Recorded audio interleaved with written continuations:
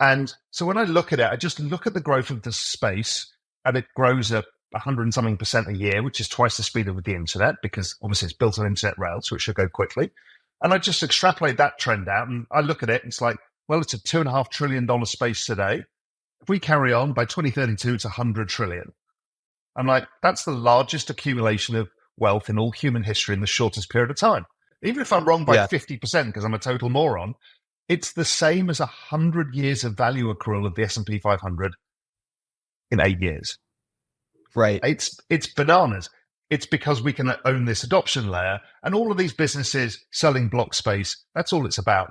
Best thing is just try and capture that growth first. If you're going to do anything in the space, stop trying to focus on the one thing. Just capture 2.5 trillion to 100 trillion. You'll be absolutely fine.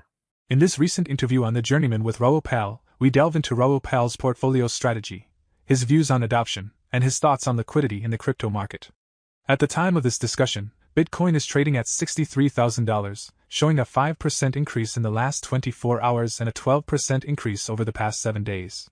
Pal shares his perspective on Bitcoin's potential to reach a $100 trillion market cap, emphasizing the importance of adoption and the role of global liquidity cycles. He discusses his approach to portfolio management, revealing that he maintains a significant allocation to Bitcoin while also diversifying into other assets. Pal highlights the growing institutional interest in Bitcoin and how it's driving adoption across various sectors, especially with the recent approval of Bitcoin ETFs. Before we continue with the rest of the video, do check out daily 5-minute crypto newsletter with all the latest crypto and Bitcoin news. It's a fantastic analysis of on-chain crypto data and breakdowns, and the best part is it's absolutely free. They'll cover expert predictions, breakdowns of on-chain crypto data, and any breaking news you need to know, all in a nutshell. Click the first link in the description and enter your email to join over 50,000 others in becoming a better crypto investor right now. This is a great question. I try to explain this to people a lot. I don't care what people's philosophies are. That's not how you make money. What you make money on is owning the best performing asset on a risk-adjusted basis. So what I tend to find is that the mid to upper part of the curve, which is networks gaining adoption, do best. Ether last cycle, Solana this cycle, and whoever it's going to be this cycle, whether it's Sui or whether it's Near or whatever it is, I don't know. We will see that, right? That is the easiest opportunity we get in this space to generate wealth. So firstly, focus on that. That's the do not fuck this up thesis. If we're going from 2.5 trillion to 100 trillion, do that, you'll make a lot of money. Yeah.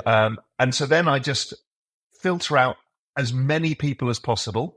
I really only get signal from a few people that I'll ever listen to. If you tweet something, I'll always read what you tweet because I think you'll have a high signal to noise ratio. Most people are high noise to signal ratio.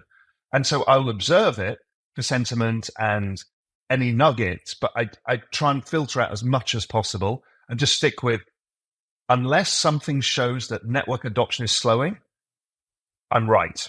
So just capture that.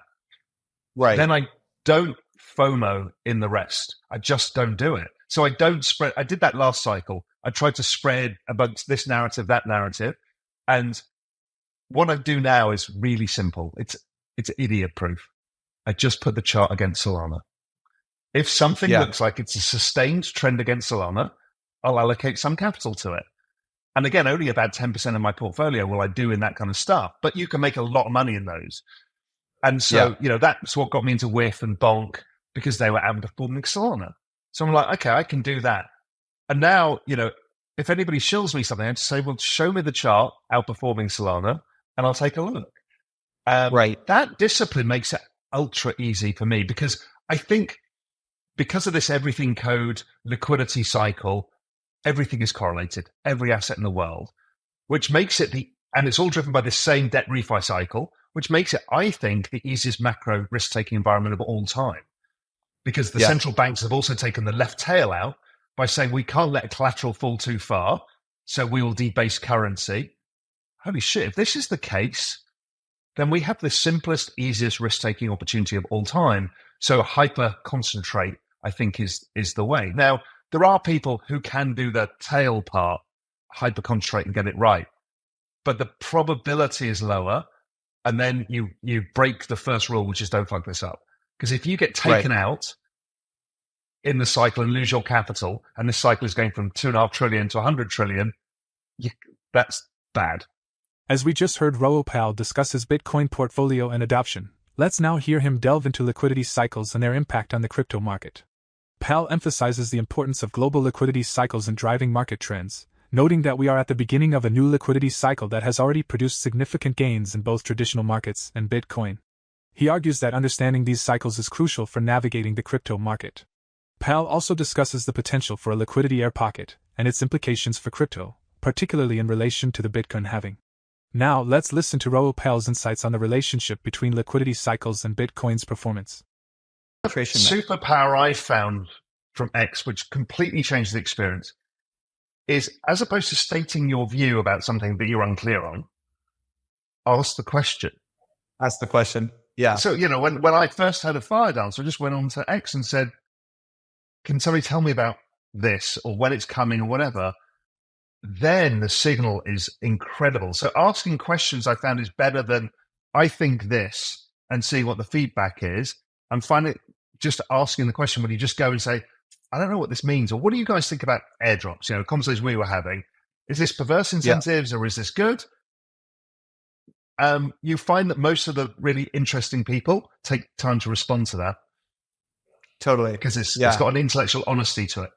Two parts to what drives assets generally, particularly the ones driven by liquidity, long duration assets. Liquidity, is my belief, is not a flow of funds. It's just a pure debasement of currency. Inject money here, debasement there, asset optically goes up in value. So, because I went through this for ages, and this is what got me, I was mid-curving the whole damn thing for so long, because I was like, I can't see when there is liquidity or QE, there's no extra volume in the equity market. So therefore, it can't be doing anything. And that sat in my head for 2 years before I finally went, oh, because it's just re-rating. I saw it in the Cayman Islands over COVID. I mean, property prices went up 50% like that. It wasn't because they traded. They just went there because of liquidity. I'm like, okay, I'm starting to get it. It's this like magic force that we kind of don't see. And the global debasement is about 8% a year. So we're mutualizing the cost of the servicing the debt across everybody in the world by about 8% a year. And that's like a tax. The other way I looked at this, because at first, like, how dare they tax us? Then you say, well, what price would you put on a put option that your equities don't go down more than 30% and that your house prices are secured and the global economy is secured? Would you pay 8% a year for that put option? Yeah, it's probably not wildly mispriced. That's kind of changed my head. This is why I think we've taken the left tail risk out, because we're basically using this 8% as a put option in the entire system. So the other question you're asking is, okay, this is more about the flows. The actual flows, and I'm thinking here of whether it's into tech stocks or whether it's from fiat world to crypto land, that bridge, let's say the Bitcoin ETF bridge, which is, I think of as hot money flows and VC as foreign direct investment. Yeah. So what drives both of those flows is really simple. It's the business cycle. Why? Because when earnings go up, people have more money to invest. Yeah. And so the flows pick up. So right now, if we look at the ISM, it's still kind of below 50 and struggling to pick up. The forward-looking indicators are screaming higher. So it's about to pick up. But we're not seeing mass retail participation in crypto. Why? Because jobs are still a bit tight. The economy's still a bit shitty. People just don't have the liquidity. You know it from the VC business is nobody's had releases of liquidity, right? All the way from the stack, from private equity all the way down to growth VC, there's a real problem, except in the early stage token stuff. That's it.